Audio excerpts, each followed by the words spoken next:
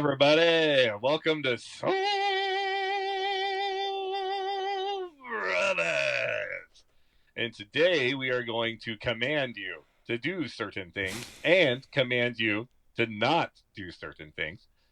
By we, I mean not us. I mean God. So we've been going over the 10 Commandments. And it's very interesting, the feedback I think that I know that you've gotten and that I've gotten as well. Probably from at least 3 people now have said to me this exact phrase. I thought this would be boring. I never knew the 10 Commandments could be so interesting. That exact thing has been said to me 3 separate times now. I love the fact that when you set the bar really low, it's People are easy like, to wow. impress. Well, I was thought I'd be way more bored than this. So it's actually been kind of interesting. I mean, I think I would think the same thing if I saw something on the 10 Commandments. I'd be like, where's something crazy like Jezebel, or where's the prophetic, But like I'm skipping the 10 Commandments, But I think it's been really good, actually. I think so too. And for the record, I love it when you open us up. Well, thanks. You're much more fun than I am. I don't know about that. So I think I'm more drunk than you most of the time. I don't know. Yes, I ate paint chips as a kid, and I was raised under power lines simultaneously. And that only explains a little bit of the weirdness. Anyway. And I always volunteered to put gas in the vehicle. So right. So today's commandment: you shall not commit adultery. Adultery. There it is. Yes. You shall not commit adultery. We're 2 minutes in, man. That was it. 2 minutes in, and we're like, bam, don't commit adultery. So I think that when most people hear this, I don't want to overgeneralize. Anytime I've ever heard it, it really just is, don't sleep around. Just don't sleep around and you're good to go. And by sleep around, we mean including really just sex outside of marriage, even if it's with your wife prior to actual marriage, right? Right. Your fiance or what have you. So that's what it means. Keep your hands to yourself, and you're good to go. Keep your hands to yourself. Keep your hands to yourself. Sorry, that was a song my kids would listen to on some silly kids show. I remember trying to teach them rules of etiquette or something. That's hilarious. I mean, it's it's interesting that we hit this commandment right now, and of course we're now living in a culture where the sexual mores are ever evolving. I mean, they are changing so quickly, and by sexual mores, I mean like what the culture considers. No, obviously that's very clear. Like I don't think you can get much clearer than don't commit adultery. And if you don't know what adultery is, maybe there's some people listening to this that actually don't know what adultery is. That would be obviously to have sex when you have not made covenant, and that's what the word adultery literally means. It means to consummate, to connect, to have sex without a covenant. That's what that means. And what you're going to find over and over in the Bible is the prohibition is really against intimacy outside of covenant. And it's really interesting because God basically has this as a principle that extends all the way through the Bible. It's a prohibition against deep intimacy outside of covenant. And of course, sexual intimacy is probably about at least as physically intimate as 2 people can be. And what the Bible says over and over again is this is something you do not want to engage in without making covenant. And it's an interesting thing because right at you'll notice that even the 10 Commandments are contextual. And I think that we've kind of established that with a few of the ones prior. But you shall not steal is right after you shall not commit adultery. That's not by chance. That because they considered adultery as theft of another man's property. Like they would have considered it theft. Okay, even if the female was not betrothed?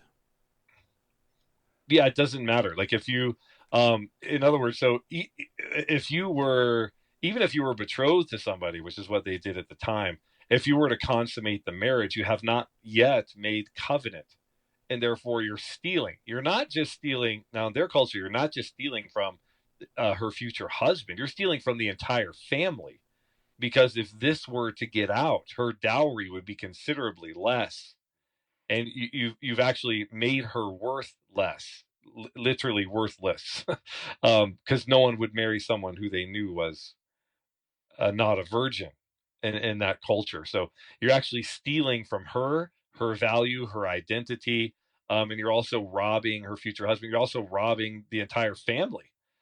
So they considered it theft. Like adultery wasn't just like, well, maybe we consider it today. Like it was considered much more than just that. Which is why Mary, being pregnant as a virgin, but nobody else understood that, would have been Yeah. so scandalous. Oh yes. I mean, it was way scandalous. Like that's why when you read about, remember how they go to Bethlehem for the census, Yeah. um, and it says there's no room found for them at the inn, and you're like, what? Really? This is they would both have had many family members in that city, many, and what the text is telling you is that they have been ostracized. Their neither family will have anything to do with them at all.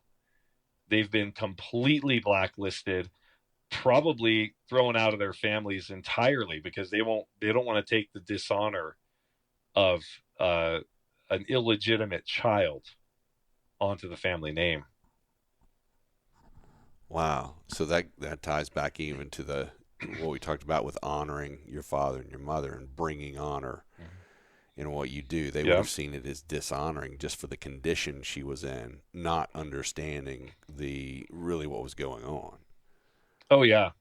And that's why it's funny because the very next commandment, we'll get all to all these in a second, but shall not bear false witness against your neighbor, lying essentially, and there's a lot more than that, but you're doing the same thing. Adultery is not only theft in the mind and heart of the people who would have heard this, but it was also a lie, because the consummation of the marriage was to consummate the covenant, which meant that everything that you pledged to do as a part of the covenant was actually consummated via consummation. Right? It was Mm-hmm. consummated via the sexual act, which meant that everything you promised to do is now written in blood, which again is why God put a hymen over the opening of the vagina, so that when the hymen tears, you have blood, thus establishing covenant. It's just amazing how you see Yeah. how God actually designed the female body to physically tear and produce blood in order to consummate a covenant, because there's always blood with the consummation of a covenant, always. And God understood that even then. It was amazing. And I've talked about this before, but if you don't know this, there would be a marital tent right in the middle of the wherever you were having the wedding, party, and everyone would know that the couple would go to the marital tent and consummate the marriage. Now, a good essentially what their maid of honor would have been, she would have put a little vial or maybe a bowl of goat's blood next to the bed, and they were supposed to consummate the marriage, and then what would happen is the husband would come out with the sheets that should have blood on them. Now the problem is obviously different women have different hymens. Sometimes the hymen can tear and produce a lot of blood. Sometimes the hymen tears and doesn't produce very much blood at all. There's always some blood, but sometimes it's very minimal. Or sometimes you have where a woman's hymen, she may be a virgin, but the hymen may have torn already, and that can happen. Of course, this wouldn't have been in their culture, but in our culture, gymnasts, maybe land on a pole or horseback riding, or there's a lot of different ways that an accident where the hymen could have been torn. So if there wasn't enough blood, they would grab then the goat's blood and pour it on the sheet, and then walk outside the marital tent and shake it around, so that and everyone would cheer, knowing like, okay, the marriage is consummated. But I just think that's fascinating how God, there really is no reason for a hymen to be there, outside of a blood covenant. Wow. So let's go back to the consummation of the covenant. So meant to be between one man, one Mm-hmm. woman. So where I'm going with this is if you were a male, you weren't really expected to consummate multiple covenants, right? No. Singular Yeah. marital covenant. One covenant. Yes. So if that's the case, well, let me throw this out there because somebody's thinking it. What about all the concubines? Oh, yes. What about even Rachel and Leah? What about Mm-hmm. these situations that keep popping up? I mean, even you've talked about Proverbs before, pretty much meaning, summed up with don't talk to anybody and keep your hands to yourself. Yes. And, Solomon he was a player. I mean, he had a lot. Oh, He yeah. had a lot going on. So, what Yes. about those situations? Why was it okay for them?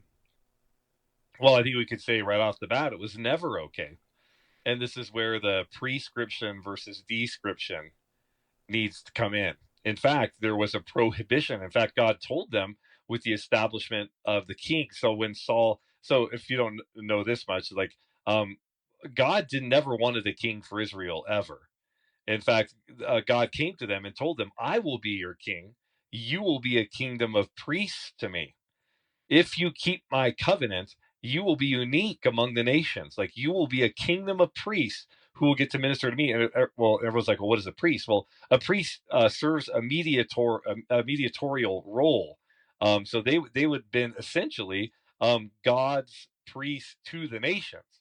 Like, that's what Israel was supposed to be, is a kingdom of priests who would mediate between God and the nations. That was their call. And in fact, sometimes some Jewish historians will call it the golden era of Israel, when they had an era, I can't remember how long, I think it was like 80 years or something, where they actually functioned as the kingdom of priests and had God as their king. And they were then to um, be the kingdom of priests unto the nations. But of course, they were surrounded by a culture that didn't obviously operate like that, that operated with the king, and they began to demand a king. And God eventually gave in to give them a king, but that was never the intent. That was never what they were supposed to do. But when he did finally give in and say, "Okay, if you guys want a king, he's going to suck, but I'll give you one anyway. This is the one that you want." And he gives in and gives him a king. But right at that point, he prophesies. I can't remember. I think through Elijah. I can't remember whoever it was off the top of my head. But he prophesies and basically says, "Do not take many wives for yourselves, like all the other kings do." So there was this like thing, like, do not do this. But what you see, so you never see a prescription, like you never see God being like, "And make sure you have tons of wives because this is a great plan." Like, you never see that. You just see a description of what they did. And they did it in violation of God saying, "Don't do this." And when you see them, you actually find that it was their downfall. I mean, Solomon's whatever it was, 300 wives and 800 concubines or something ridiculous. Um like that. They were from foreign nations, many of them, and they're the ones that polluted him to begin to serve idols. Yeah, they're the reason that all the idols in the temple started showing up, Yes, right? that's exactly right. I mean, so the downfall of both David and Solomon was this sort of sexual uh, being not monogamous, essentially. So you see this as a downfall, as not a good thing. So it's never painted in a good light. And in fact, you see it over and over again being detrimental. But again, you're seeing something that God tolerated, not instigated or approved of. It was something that he tolerated throughout most of Israel's history. But by the time you get to, well, even at that time, like almost no one would have had multiple wives unless you were a king or incredibly wealthy. Like then most people did not only had one spouse. That was far more typical. And of course, by the time of Jesus, the Pharisaical culture, like the Pharisees, that whole religious culture that they created, you could only have one wife. In fact, you couldn't become a Pharisee unless you were married, and you could only have one wife. That was their understanding of what the Torah commanded, and they were correct. They were correct about that. So it was never God's design, never God's intent. It was something that was tolerated, but also warned against. And then you see, obviously, the negative things that occurred as a result of it. So, in past episodes on the commandments, we've talked a little bit about how um, not keeping the commandment is somewhat scarring on the soul. It has an impact. It has a negative Mm-hmm. impact on your Yeah. spirit. Whether that's murder, and we've talked about abortion, we've talked about other things. Um, that's very much the case with sex as well. That Yes. has a significant impact on your spirit. Now, certainly, I mean, I think it's self-explanatory. If you're married and you sleep around outside of marriage, not going to be easy on the marriage. That's not going to be a No. good thing there. But if you're not married and you are having sex with other people, um, there's not a marriage necessarily that's being destroyed. There could be, but not necessarily.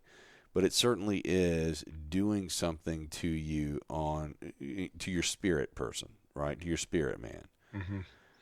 Am I right about Yeah, that? well, yeah. If again, when you look at the covenants or the commandments in the contextual place this is put, it's like stealing and false witness. And basically, if you are committing adultery, you are not only committing theft, but you're also lying because your body is making promises that you do not intend to keep. So if you're having sex with someone outside of marriage, you're saying I am in covenant with you. You're saying I am making a commitment to you.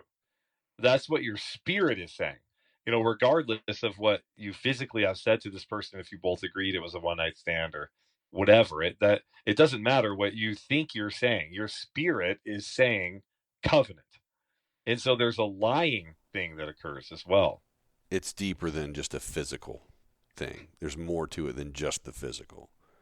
Oh yeah, far more. Which is why, again, I've counseled youth for 26 years, and obviously this is something you deal with a lot Mm-hmm. with young people, especially in the culture, and it's really been bizarre to watch uh, morals erode.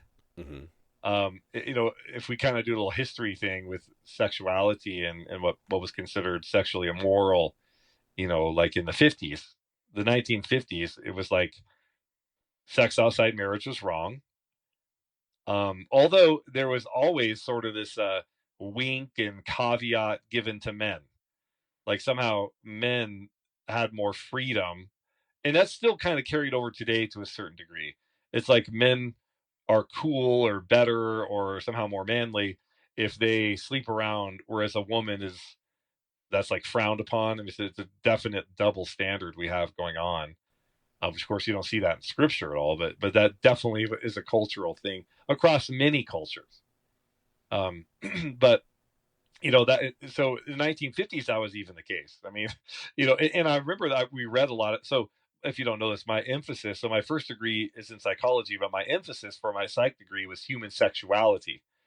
So I kind of regret actually having that as an emphasis, because the stuff I had to watch and endure, I'm like still scarred, I think, from some of the movies I had to watch. Like, oh my gosh, why did I choose this? Then we had like pre-op and post-op transgender people come to the class. We had to interview them. We had to watch the surgery. I mean, not live, but we had to watch like video of it. And I'm like, some images just can't get. Anyway, well, PG-13. All right, we'll back up. Speaking of scarring, yeah.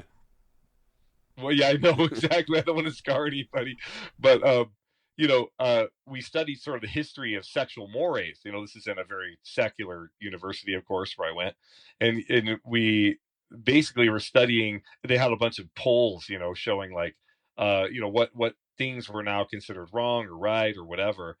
And it really was the 1960s, like the late 60s. You see a hard shift away from monogamy in marriage, uh, where it began to erode. And what you saw was basically the introduction of love as the moral, at least initially. Love was the moral. Like, if you love the person, it's okay. And then it became like you can kind of have sex with anyone, but there had to be some level of commitment. So throughout the 80s and 90s, there had to be some level of commitment. Like, they had to be your girlfriend or your boyfriend or whatever. Like, if you were girlfriend, boyfriend, and you loved them, like, it was okay. Random stranger, still frowned upon. In general. I don't mean everyone. I'm talking about the polls that were taken across these time periods. So by the late 90s, you still had this kind of, the standard was basically you can have sex with whoever you want, as long as you love them and there's some kind of committed relationship. One night stands or strangers, or somebody that's committed to someone else, like who's married or the past boyfriend, was still somewhat frowned upon. But as it's gone on to the zeros and then the teens and now the 20s, it is eroded to the point where there is only one absolute moral law in regards to sexuality, and that is it. There's only one agreed upon moral standard, an absolute moral standard in regards to sex. Do you know what that is? Consent. That's correct. It's the only one. So the only thing, so basically every single thing goes as long as it's consensual. Now, I don't know if you know how incredibly twisted that is, in the sense that when you counsel a lot of people's sexual brokenness, like I have, do you know the kind of damage and abuse it takes to get someone to consent to being degraded? Like, consent does not equal like good Yeah. or somehow morally okay. I mean, just because someone consents to be demeaned and degraded and used like a piece of trash does not make it okay. Like, the kind of abuse that someone has to suffer to consent to be treated in this way Yeah. is shocking and terrible. Well, any time that you can introduce manipulation Mm-hmm. into the equation and shift it, Right. then there's something Right. going on. Coercion. Yeah. Now, here's the flip side of that, and I actually just read something from Hannah Williamson. Mm-hmm. Yes. So yes. yeah, so I I know her. I don't. So. Yeah, I don't know her well. I mean, I literally just met her like once, and we had Mm-hmm. kind of a short conversation. Liked her a lot, though. Very sweet. Pure spirit. But anyway, she had posted something that reminded me of a paper I'd written, and so I commented on her post on Facebook, and it was she brought up, in response to the sexual mores getting kind of out of control in the late 90s and early zeros, you had this thing called the purity movement. Are you familiar with the purity movement? Yeah. Is that with the purity rings and Mm-hmm. all of this? Yeah. Yeah, I think well, I was there for the whole thing. I mean, I started as a youth pastor right when this thing was like really picking up steam. And so I kind of got involved with it too. I did the same thing, not the ring part, but it again, whenever you see a reaction to something, it usually swings to a point where at that itself, the reaction becomes equally as destructive as the thing you're reacting to. And that definitely was the case here. So if you're not super familiar with it and you're listening to this, there was a big purity movement in response to the sexual dysfunction. And what ended up happening was virginity got exalted almost to the point of idolatry. I mean, it was really, really weird. We made these huge ceremonies about we would have, and I had these too. I have to admit, I have to come clean here. I have at my church, and I'm just a young youth pastor. I'm like 23, 24. And I'm just thinking, well, this looks good. Like it looks right. It looks holy. I certainly want these kids to wait till marriage, to have sex. And this seems like what everybody's doing. And I was encouraged to do it by another youth pastor friend of mine who was having these big things. But we'd have these huge banquets, where we'd have catered banquets. We'd have all the parents, relatives. Everyone would dress like the prom. I mean, I had my tux. The girls were dressed in their fine dresses, like they're going to the prom. And we would show up, and sometimes the dads would buy them rings, and it would be this huge ceremony. It would be a 3-hour thing where we'd have a dance and everything, and all the girls, not just the girls and the guys would commit, to waiting till marriage to have sex. And then there would be these massive presentations, and you could order these books and these videos and stuff at the time, and they play them in for the youth group, and it was like basically your virginity is the most important gift you have. It's the greatest gift God has ever given you. Don't sullen it. And the thing was, obviously, there's a lot of truth to what they were saying, but as someone who walked it and did these things, it got weird. So I gotta tell you, it got weird. It got to the point where it was like, I don't know, almost like nothing matters in your universe except for your virginity. It is the most important thing ever, and we all need to have these elaborate ceremonies to declare, what we're going to do. And honestly, I saw so little good fruit from that. Almost everyone ended up violating their purity commitment. And I had a conversation with the Lord years later about why that was, and He told me why that was. I ended up writing a paper on it, why these purity banquets and focuses didn't work. And in fact, the churches who did these tended to have more problems with sexual dysfunction than the ones that didn't. Really? Yeah, I found that fascinating at the time. But Now, we anyway, can't just let that hang out there. What's the what's the key here? Why did one fall apart? well, yeah. So when I looked, and I did a lot of study on this too. It wasn't just like revelation from God, although I do believe I had that as well at the time. But I talked to people, I interviewed people, I asked them, why did you? And essentially what happened was the place of Christ and his love and the Father's heart and the purity of the gospel and the radical change of the Spirit, when you come to Christ, was all given a back seat. And it was like this obsession and over focus on sex all the time. And the focus on sex actually created um, like kind of a perverted desire for it. That's what I discovered. So it all went underground, and anything that goes in darkness begins to have power.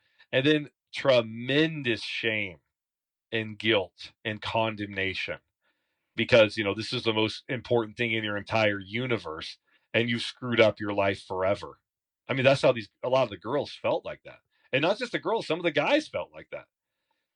So I found that it was the obsession. It was like, again, whatever puts the gospel, the blood of Jesus, the Father's heart, the new covenant, the simple gospel, whatever puts that in the back seat in any way will be tremendously destructive.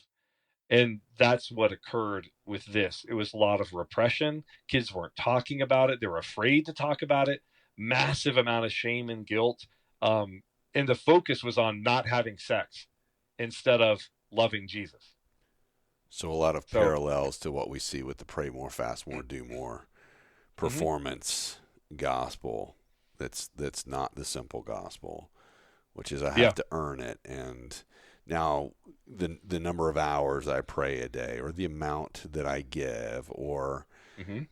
the number of things I volunteer for or committees I serve on suddenly is far Hmm. more important than just loving Jesus and being with Him. Yeah. So your entire focus of your walk with God becomes religion. Essentially, you measure your maturity or your walk with God or your depth or your with Him purely and simply on your performance of spiritual disciplines. So how much can I pray, fast, do, serve, whatever? And that becomes your absolute focus. Well, that's not a good foundation. And like we talked about before, those are all good expressions of your identity, but they don't form them. And when that becomes your focus, it's tremendously shameful. You never feel like, in fact, I didn't talk to you about this, Keith, because I forgot, but it kind of comes in now. I got yet another call yesterday. I was on the phone for over an hour with someone calling me from North Carolina. And I won't mention any ministries, but that was part of a ministry that we're very, and is still, that we're very familiar with. And essentially told me, I'm super exhausted. I leave feeling like I can't ever do anything. I leave every service feeling like, how did they put it? Feeling like I'm never going to measure up, like I'm never good enough. And this person was saying how they felt like this all the time. And I'm like, this is exactly what happens when this is the focus instead of the simple gospel, the transformative love of Christ. And then all these other things become expressions of your love for God and aren't determining it. So, yeah, I just encountered this yesterday, literally on the phone yesterday. But the purity culture had the same effect.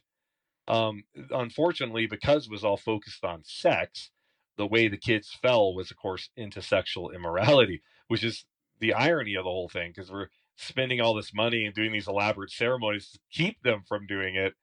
And in fact, I think it made the problem much worse. So it increased immorality and hurt kids and shamed them on top of that. Well, just replace the word purity with holiness, and that's Yeah. what you primarily see now Yeah. So and there's how a it's lot more I could positioned. say on this topic, but I mean, as far as the purity culture and all that, because I literally did it myself and had to like repent later, like my heart was in the right place. I mean, I can tell you right now, I just wanted kids not to have sex. So I could wait to marriage to have sex because I knew the damage that it would cause. I mean, that was my heart. Like I certainly didn't intend for it to have, to backfire like it Yeah, did in many cases. But but it does make sense, though. Are you going to? Well, let me back up even further. This ties directly into what we've said time and again, as far as your behaviors can change. It's not sustainable unless your thoughts change. Your thoughts can change, and that can change behavior, but that's not sustainable unless your heart. It all mm-hmm. starts with the heart, and Yes, unless that's focused on the right thing, everything else is never going to be in alignment, and it's never going to yes, be long lasting. So even if you are able to withhold from doing anything until the heart is the part of you that's mm-hmm. impacted and truly changed, it doesn't matter what the rest, because it's just not going to stay the way it should. But Yeah, unfortunately, it's we yeah. far too often focus on the behavior, expecting Mm-hmm. it to go the other way, and it does not go the other way. Period. Right. And I think we do that because people tend to focus on the flesh. It's what we can see, right?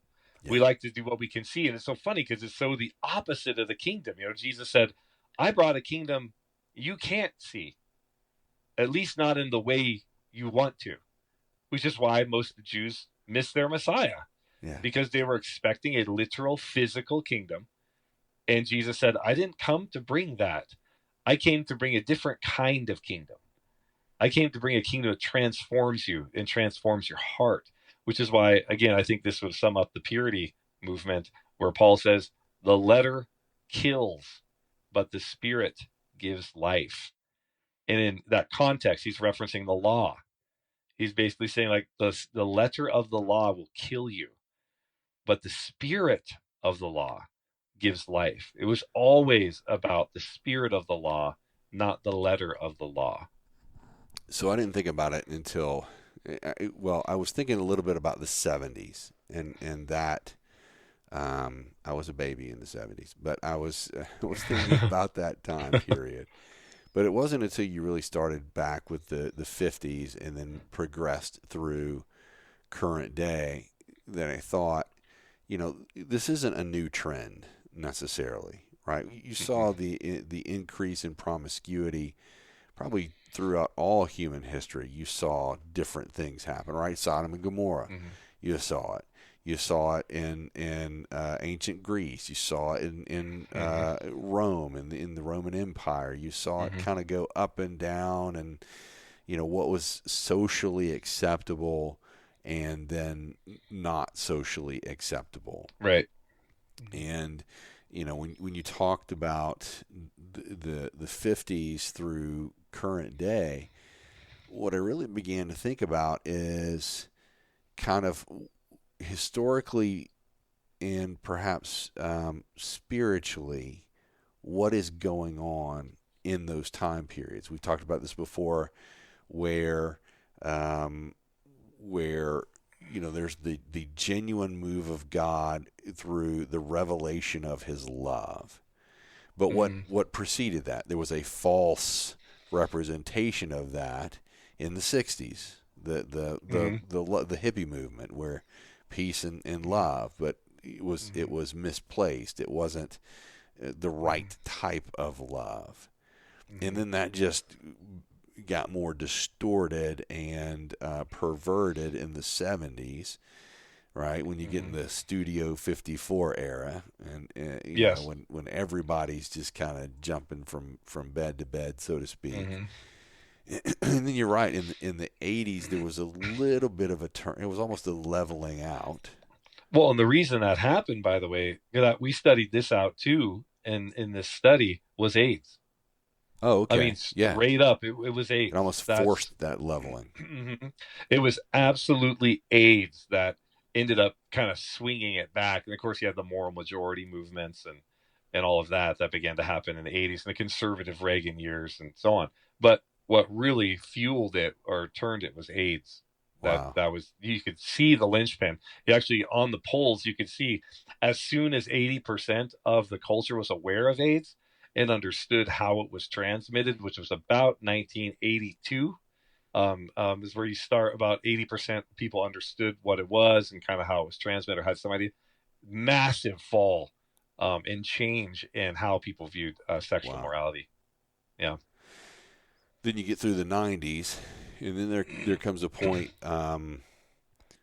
where things are happening in the Oval Office, and Right. I used to say there's a depreciation of moral expectation, right? People don't Yeah. expect morality anymore after a certain Hmm. period or after certain things occur. When that then becomes something you can explain away and position as being normal Hmm. and perfectly acceptable, then just the expectation of any relative morality it's kind of out the window. And then you Hmm. see the decline from there. But what I also wonder, though, thinking back, as you see historically that ebb and flow of what's acceptable, Hmm. what do you also see happening spiritually? Right? Do you see um, that false, not consummation, but covenant That's relationship interesting. Yeah. before you see the real one? And if that's the case, right, like you just talked about before, you talked about the '60s, but then Hmm. right after that, then you saw the Jesus people movement. Hmm. Right. So, with this, what if that's truly the case? If that's the pattern, what could we really be on the cusp of seeing?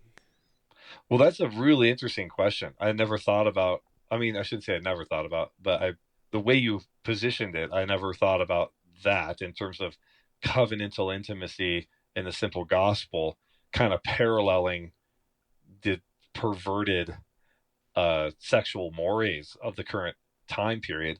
But when you brought that up, it was like I started thinking, yeah, there was a massive perversion of sexual perversion late '60s, and you had the Jesus People movement in the early '70s, but that died out about 1974, 75, and there was a massive, uh, you know, uptick in perversion, again. But then you had the outpouring of the Holy Spirit on the vineyard in 1980. like literally right in 1980, you have this massive outpouring on the Vineyard Church, and that spread throughout the entire 80s. So you have God moving, and then as the 80s progressed, you began to have a reaction against the Reagan years towards the later 80s and the early 90s. You saw a definite uptick in perversion. In fact, I remember reading about this. I think still, this might still be the case. I can't remember, but my generation, and I guess yours too, I graduated from high school in 94. Yeah, that's the real year to some of you millennials listening to this. So it There really was a happened. So 19 in front of that. that was a 19. I know some of you millennials were like, oh my gosh, like, wow, that's real. I thought that anyway. So, so, um, but I remember reading the statistics years later, and my generation was more sexually promiscuous than the generations that came after. It actually peaked in the early 90s, like sexual promiscuity. But then you have the Toronto outpouring in 94 and the Pensacola outpouring in 95, like right there. And then you have those movements kind of lasting really through the early zeros. You have those movements lasting like 10, or at least Toronto, lasting maybe 10 or 15 years. And then it's been awfully quiet. And I really want to say that. I don't mean God's not doing anything. God's always doing things. But in terms of a worldwide movement or some place that any of us could point now and go, wow, look what God's doing there, I think we'd all be hard pressed to do that probably, unless I'm missing something. Yeah. But if that then is the pattern that we could hope for at minimum, Yeah. and that we can expect at most, then it would also seem to be somewhat equivalent to, right? In other words, it's a in measure, Hmm. right? So you see the hippie movement, you see the Mm-hmm. Jesus people movement. The outpouring was somewhat equal to Mm-hmm. the false perversion just prior to. Same with the 70s, same with the 80s and 90s that you talked Right. about. If that's the Mm-hmm. case, um, it, not so great right now. I mean, Yes. we've talked about this a Yes. lot in different ways before. There's an identity crisis. There Mm-hmm. is a complete effort for people to not only define themselves and find their value, their self worth, their self Mm-hmm. esteem, their self image in who they are, primarily sexually, Mm-hmm. but in ways that are, I think, historically, unless you go a pretty long way back, probably back to ancient Rome and earlier, Mm-hmm. Yeah. that are very much out there, right? Yes. Extreme by comparison Yes. to any other time. So if that's the case, we might actually be able to hope for and expect an extreme response to that in the outpouring. Am I wrong? Yeah. I mean, no. I mean, well, here's historically what I would argue is that you either have a major outpouring of God that's commensurate with the sin, commensurate with the perversion, or you have a societal collapse. I mean, when you read about it, almost the reason Rome fell was the preponderance of sexual immorality. At least it was a contributing factor, a very noticeable contributing factor. So you either have a move of God that shifts things with the power and the love that you saw in the Vineyard or the Jesus People movement or the Toronto movement, um, or you have societal collapse. I mean, you literally have just a caving in under the weight of sin and a kind of a restart. So I don't know if we're kind of in this time where it's like, which one are we going to get? you know, I mean, I've always believed and will continue to believe for an outpouring that has everything to do with identity in Christ. Again, because that's the perversion. At least that's the number one perversion we have right now. In fact, I was talking to my daughter tonight, and she was saying, yeah, every single class we had to go around every person in the class, not the big survey courses that are 500 kids, but the smaller courses she takes for film, like her major. Everyone has to go around and say your name and your pronouns. Everybody. So every single person in the room has to say this is it. Her DU, Denver University, here, one of the top 3 universities in Colorado. You have to. Everyone has to go around and say your name and your pronouns. And again, this is an identity issue. Now we have over, I think, 300 genders on Facebook that you can choose from, and there's more every day, depending on who's feeling a certain thing, because we have no sense of identity. So kids are finding it in their pronouns, their sexual preferences. I don't even see how that's possible. I mean, not even the multiple genders. Like, you got to be making up pronouns at this point. Yeah, yeah. Like, dude and bro.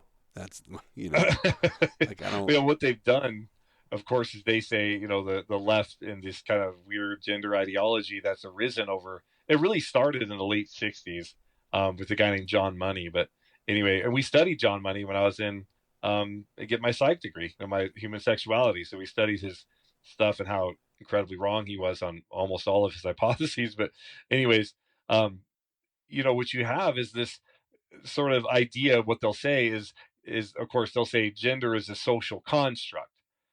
They'll say sex is biological, but gender is a social construct. And what they mean by that is that gender roles are socially constructed.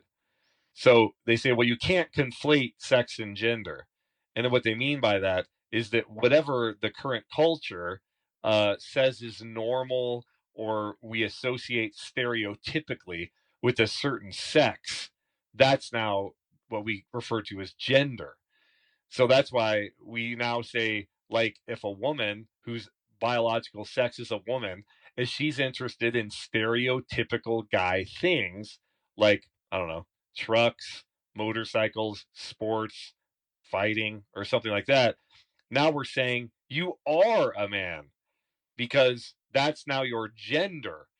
So do you see what I mean? So we're still recognizing that sex is biological, but now we're saying your gender is now uh, whatever we would stereotypically associate with that particular sex.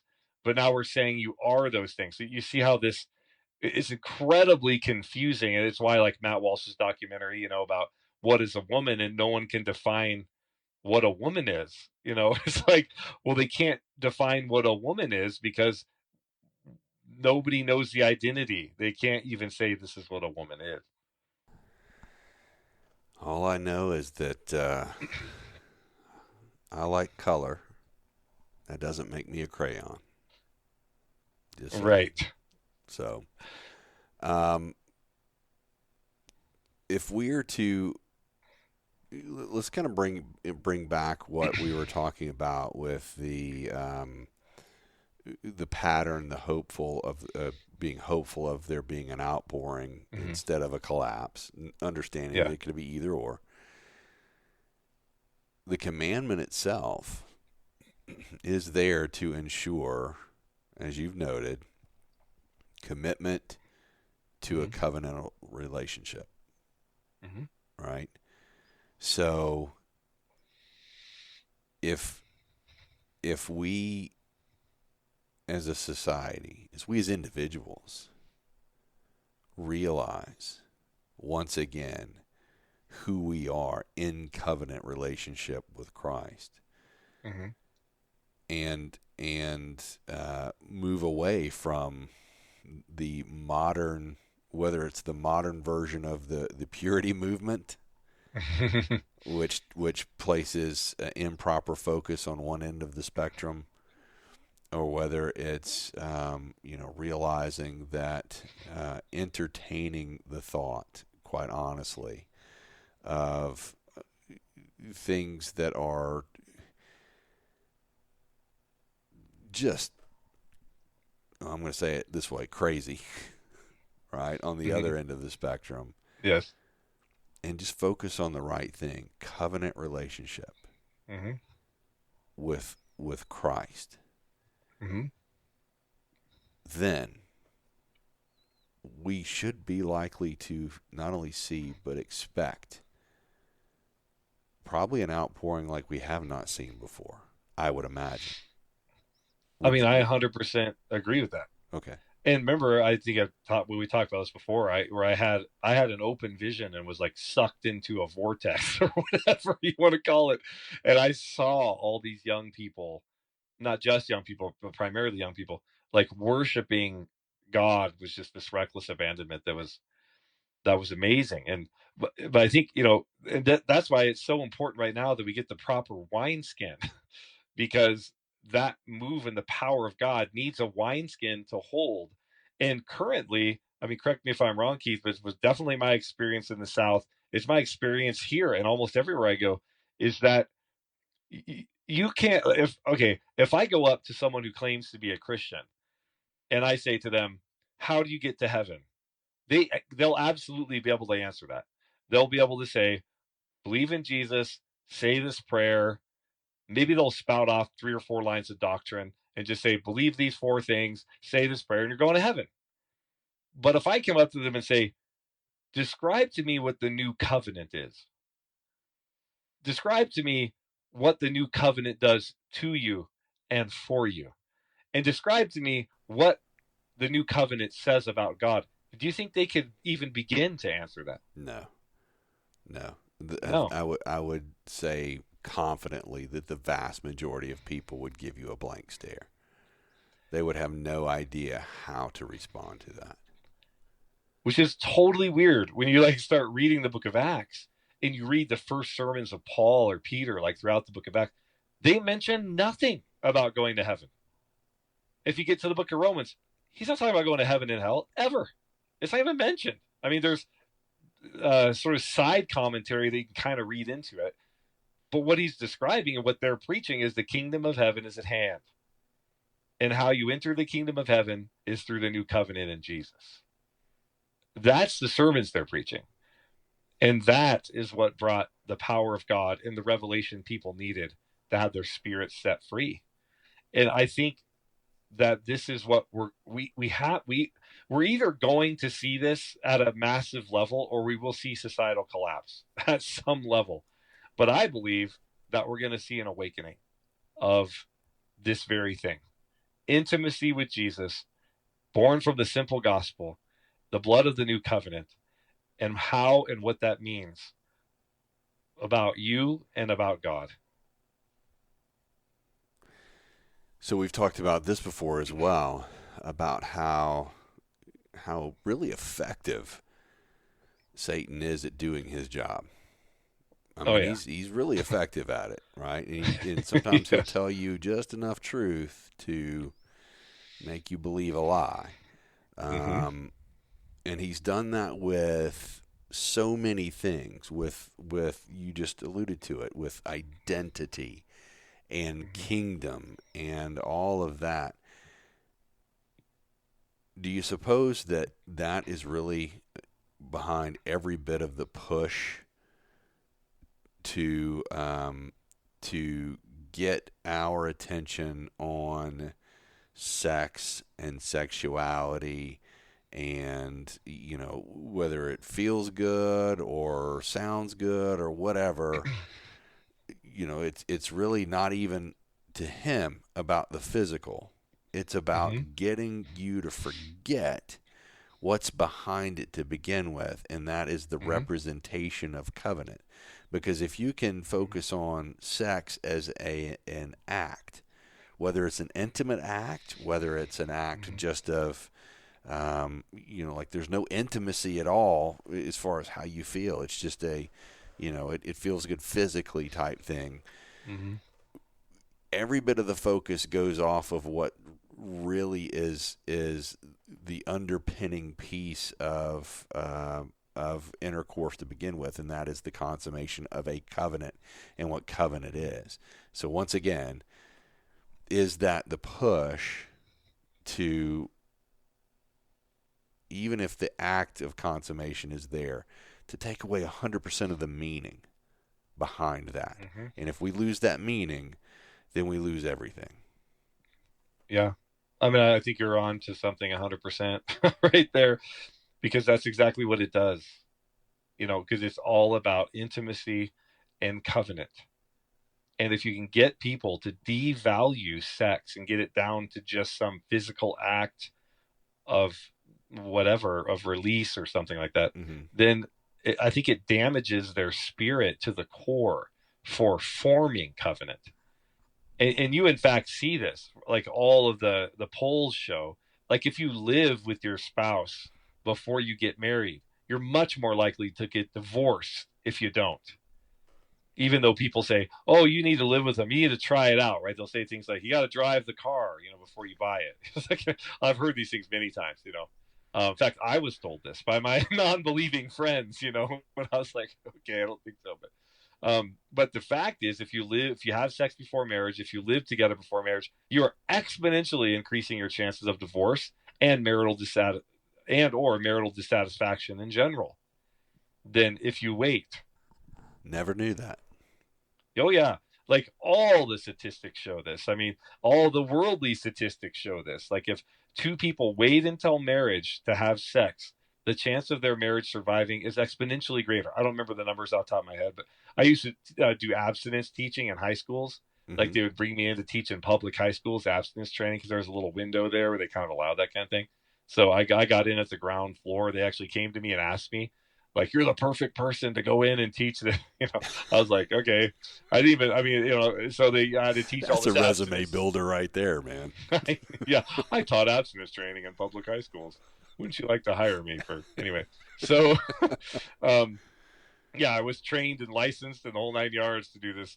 But I would go in and teach on this. But they had a whole stack of statistics, that we could show kids. Like, look, this isn't about you just not doing stuff because it's naughty. Like this actually can hurt you. Like down the road, it doesn't help you.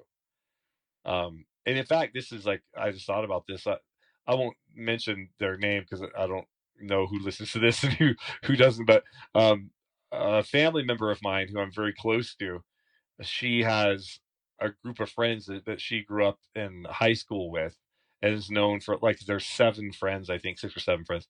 They've all grown up in high school together. And she looked at me and she was talking about how they all have just their lives have just turned out crappy, multiple divorces. None of them know the Lord. And she said every one of them has HPV. She literally looked at me. Yeah, she said every single one of them have HPV. And I'm like, good grief. This is from the sexual promiscuity. Um, so anyway, it just kind of broke my heart, because I know these girls. I know every one of them. Some of them I know a little better than others.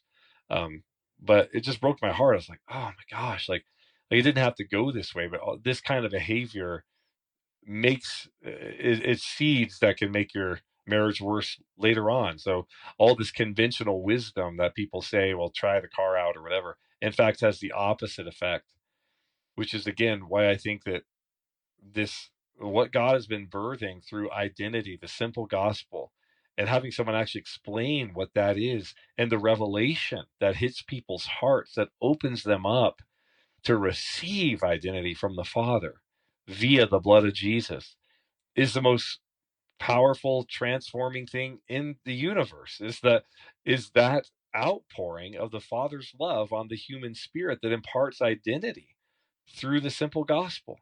And that transforming power is the only thing that's going to change everything. It's not going to be pray more, fast more, do more, serve more, give more. It's not. That's what the religious spirit would like people to do. In other words, every time you have a lot of immorality in the culture, like we do right now, you always have a religious voice that rises up that everyone gets behind and rah-rahs and sounds so strong and good. And we need someone standing hard on sin, and we need da, da, da, da, da. And you will see some fruit for that. You really will. At least you'll see some external fruit. But I have yet to see internal transformation. I've seen external performance that's usually short lived, and typically the only way it can be long lived, in other words, the only way that someone can maintain that kind of massive focus into spiritual disciplines is if they're in a culture that's facilitating it. So in other words, you need to be surrounded by a whole bunch of other people who are all doing the same thing you're doing in order to sort of keep this going and keep this up. But as soon you'll find this over and over again happen with IHOP, it happened with lots of other places. Because I know I sent kids to IHOP, and as soon as they left, immorality. I mean, I don't want to say it's happened to everyone all the time. I don't want. I'm not saying that at all. But I am saying a whole bunch of people, as soon as they would get out of the atmospheres like Bethel or IHOP or wherever, as soon as they, and I'm not saying Bethel or IHOP, especially Bethel, it's not like, I'm not saying they're religiously focused. I'm just saying that if there's not that transformation, if it's simply performing spiritual disciplines, as soon as you get out of the environment, you can't sustain it. You end up going right back because what was sustaining you was the culture, not an inward transformation. And only the simple gospel can actually transform the human spirit, give you identity. So no matter where you are, I heard someone say this before, that you are a thermostat and not a thermometer. In other words, you determine the atmosphere. You're not determined by the atmosphere. And that carries us right back to what we've spoken about through every one of these episodes on the commandments. You can read them as don't do's, a list Mm-hmm. of naughties that you got to stay away from. God doesn't want you to feel good or have fun. But if you read it that way, you miss the entire heart of it all. That Mm-hmm. even this was written to maximize love, as you've said Mm-hmm. before. Yeah. And when you understand how adultery is, and you've kind of bridged over into the next few commandments, but when you realize how it is theft, how it is, bearing a false witness, how it is scarring to your soul, because it does take away authority and power and intimacy from covenant relationship, and the ability to genuinely accept and operate in love, real love. Mm-hmm. When you realize that that's why he says, don't do this, because this will prevent you from truly having the best Yeah. situational outcome, the best life. Mm-hmm.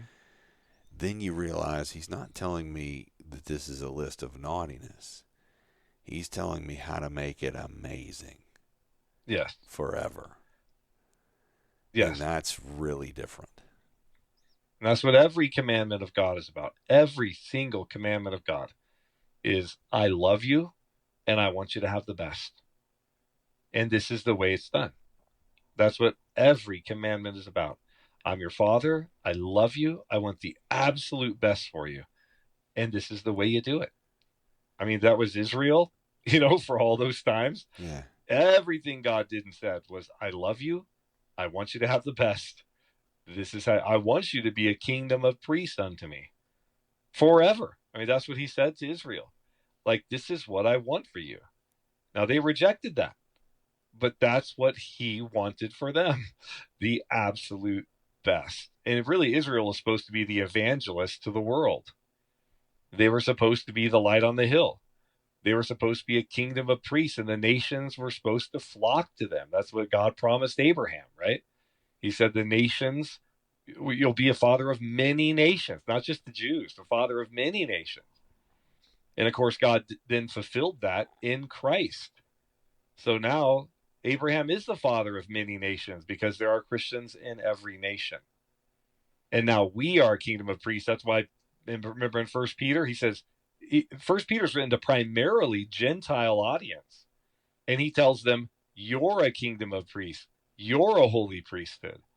He actually quotes directly from what God said Israel would be and says, now that's you because you're the fulfillment of that prophecy.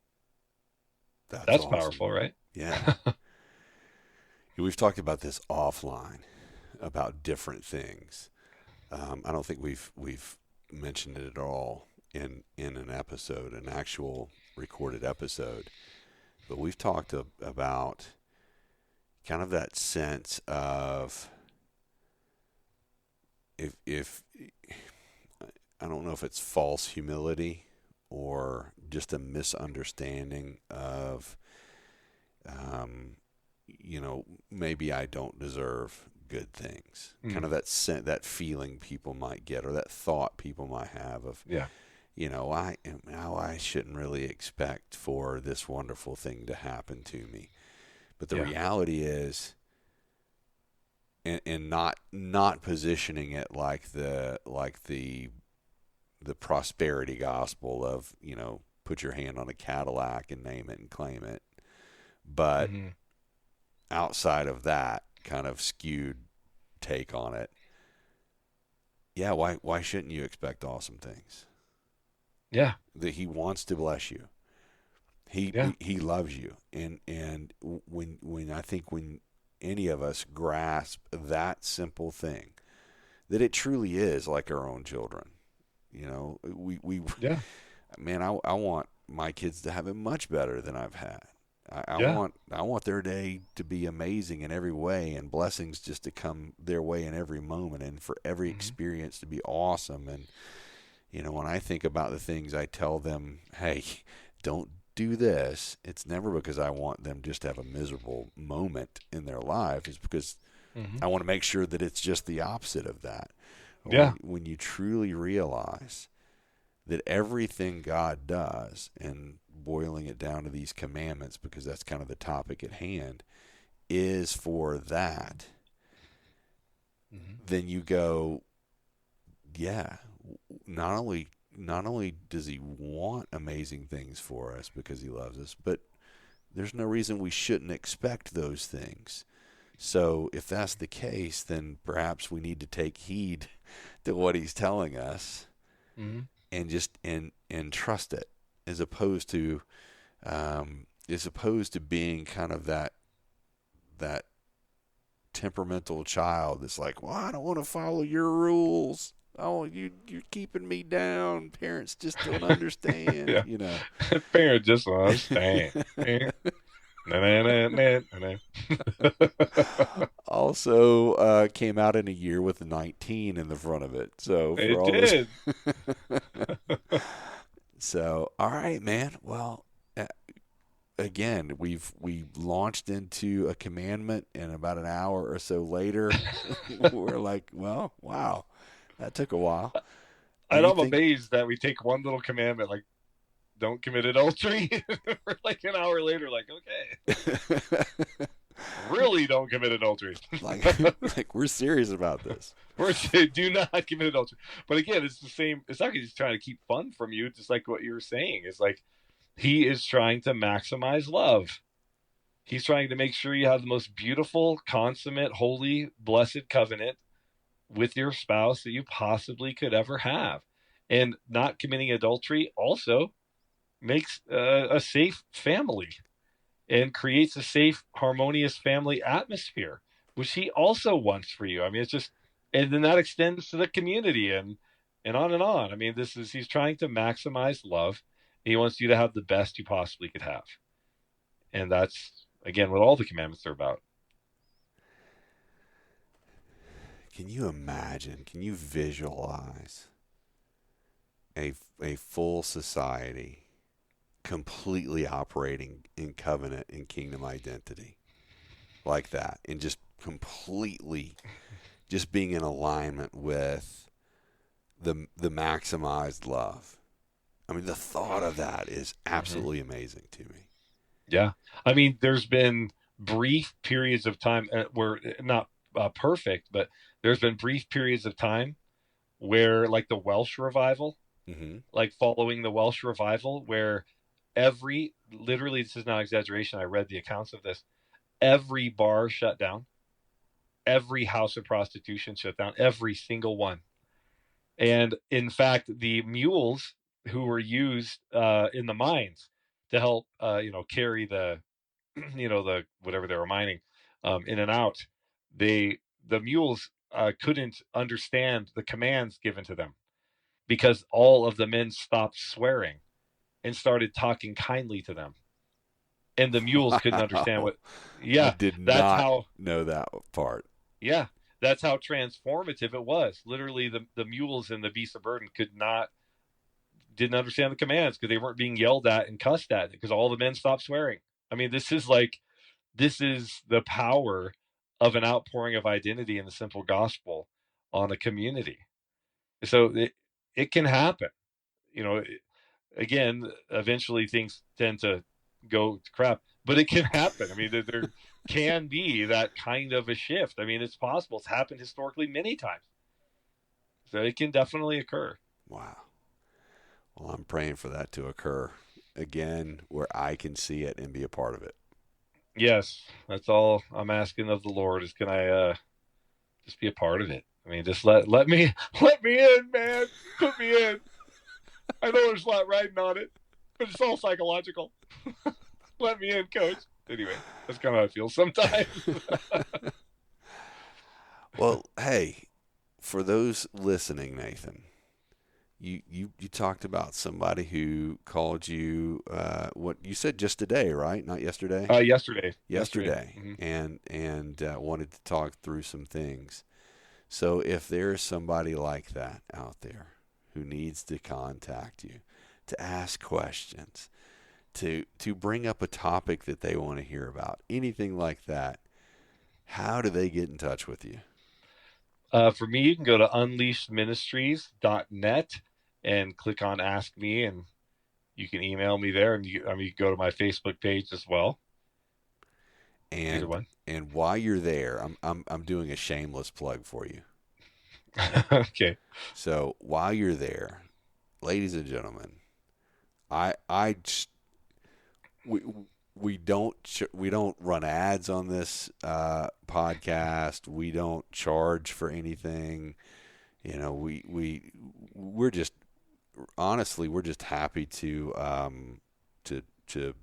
talk about Jesus together, Yeah. and Mm-hmm. for hopefully for somebody to get something out of that. I mean, it's one of those things where we would speak somewhere and pay our own conference fees to do so, type thing. But the reality is, if you're getting anything at all out of this, and you feel led to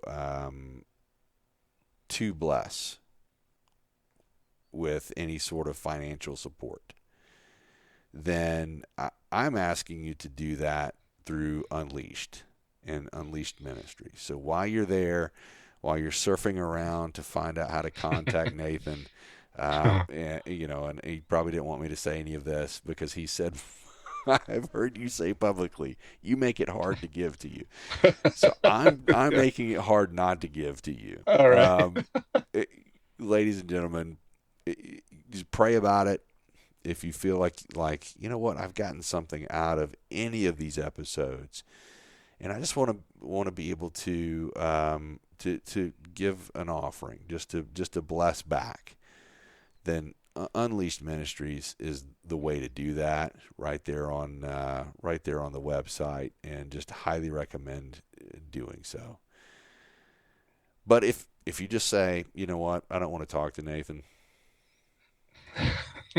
I just want to ask something silly and maybe get a silly response, you can also go to rocksaltcoaching.com, Right. contact us, and shoot something my way. I'll be more than happy to play along. But with that, man, we're almost done with the commandments.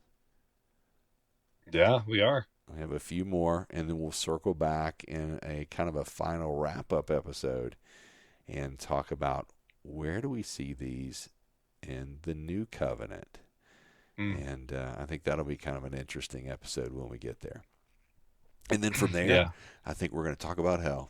I mean, why not go from the commandments to Why hell? not talk about hell? We just talked about marriage and covenant. Let's talk about hell. Just kidding. Oh, man. That's like another plug for the marriage and divorce episodes. So. I know. I'll do the marriage and divorce episode.